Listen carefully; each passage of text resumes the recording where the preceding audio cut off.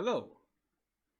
Previously, we have learned about decision making with if statement, if else statement, and if else statement. This is the summary and the line of code that you need to know how to execute for decision making. But now, today, we are going for the repetition structure. So, what is a repetition structure? It is a statement that allows you to specify that an action is to be repeated while some condition remains true. It's also called as a counter control repetition. In this repetition, we exactly know how many times the statement will be repeated. So, in summary, this repetition structure is a looping statement and it will loop until the condition it is met. All right. Why is repetition needed? A repetition is needed that by using the call loops, and I used to repeat the same code multiple times in succession. The number of repetition is based on the criteria or the condition defined in the loop structure and usually are represented in true or false expression. These are the looping structures that we are going to learn, which is for loops, while loops, do while loops, and nested loops. First things first is the for loop. Here, this is the example of flowchart for loop. So, in for loop, in the bracket here is the condition that you need to execute in order to loop the coding inside the body. So in the first statement, you put the initialization of the statement. The second condition is the test expression, and the third condition is update statement. What does this mean? We'll see regarding the for loop in the example later. For this loop, the for loop, it is execute blocks of codes over and over again. And it is clear to a developer exactly how many times the loop will be executed before the loop starts. The syntax for the for loop is almost the same to other programming languages. Alright, this is what I meant just now regarding the condition. The for keyword, this is the thing that you need to write before entering anything inside the bracket. The first one is the declaration of a value inside the definition. For example, integer counter.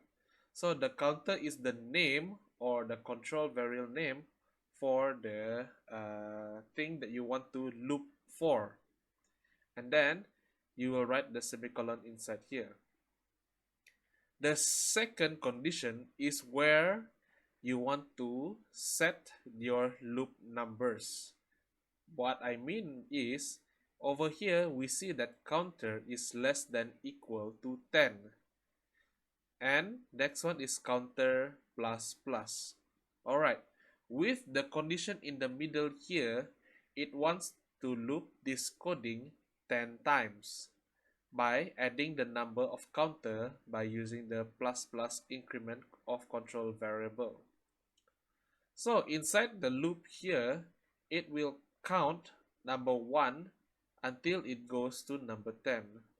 So it will loop 1. Is it equal than 10? Is it less or equal than 10? Yes. Then you will plus plus over here and it will increment by 1. 2 is less than or equal to 10. Yes, it will plus plus again until it reaches number 10, which is equal to the number 10 over here. Alright, this is one of the example for repetition structure in for loops. This is the main coding we want to use. We set integer I over here, the definition of integer I, and here we want to write our loop, the for loop. In this bracket, there are three different conditions which set as I equal to 1. You can also put I equal to 1 over here, but it should be easier if you put I equal to 1 over inside the condition for loops. And the second condition is I is less than 11. Why 11? Because it is not less or equal, it is less than 11, so it will still end with number 10, and it will increment the value I by 1. Remember in the previous chapter the difference between the plus plus in the front and plus plus in the back. You should revise it again to see how this works. Alright, next is the condition and the code inside the body of for loop, and it wants to print the value of I for each of the loop. So the update statement plus plus I is executed. Now the value of 1 will be 2.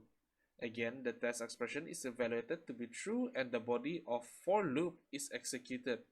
This will print the value 2. So if the plus plus is in front of here, the value of printf is still number 1.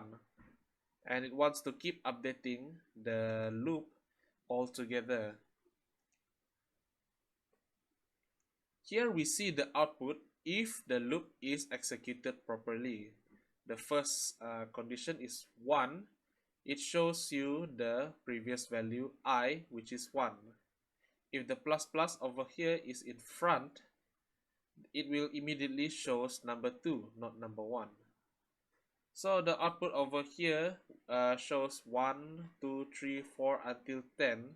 It will keep on looping this code and shows you the final value of I, which is 10 less equal than 11. If the condition is met, it will goes to return 0 and end the code.